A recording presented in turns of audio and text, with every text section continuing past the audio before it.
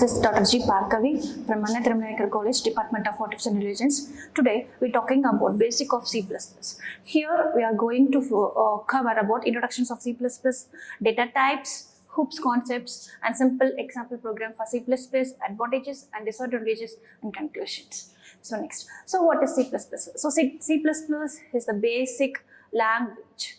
So C++ is an object-oriented language, is a successor of C, a procedural languages. The C++ is called the successor operator in C++. So C was developed from the language B, the language called B, which was in turn derived from BCPL language. So C++ is developed earlier 1980s by Stropus. So at T Bell Labs. So most of C is a subset of C++. So next, let's see about the data types of C++. So the primarily defined and user defined. So integer, character, Boolean, floating point, double floating point, void and void characters, and derived class functions, arrays, pointers, and references. And user defined is class structures, union, EM, and type EM. These are all the different types of data types we use in C and C++ commonly. So the primary or built-in or fundamental data types are derived data types and user defined data types. So the object-oriented programming, as the name suggests, to use object in programming. So to implement the real-world entities for hiding polymorphism and different concepts in C++. So the main aim of hoops is to binding together the data and function that operates to them, so that no other part of the code can access this data except that function. This is the very important point we are talking about the C++. So there are some basic concepts that act as the building blocks of the hoops, which is basic concepts of hoops or polymorphism, inheritance, encapsulation, objects, classes, and abstractions. So this is the very important basic concepts we are talking about. So next one is what is class.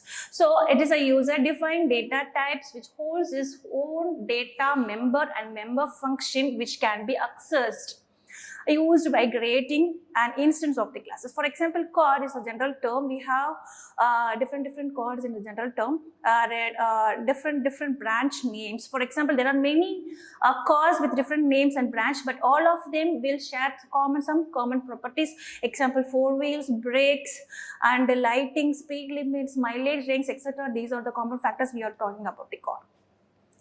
So next one is object. An object is an identifiable entity with some characteristics and behaviors. An object is an instance of the classes. Instance of the class is a very important line. An object is an instance of a class. So when a class is defined, no memory is allocated.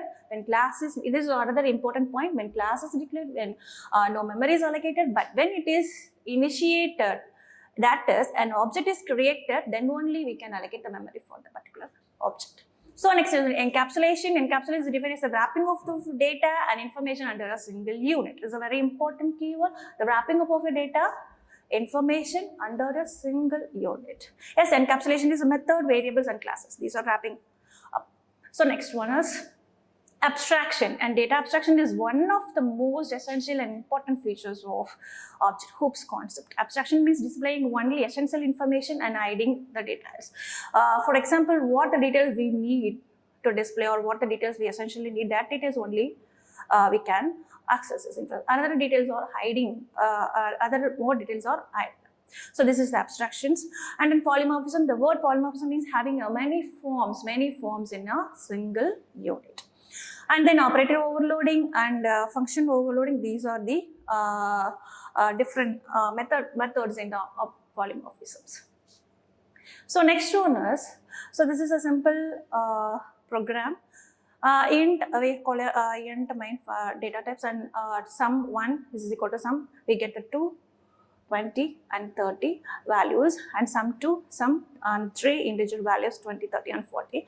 So int sum we get two int data types, int A and int B, and written A plus B and the value, and then int sum integer A, int B, int C, and written A plus B and C. We get the result about this.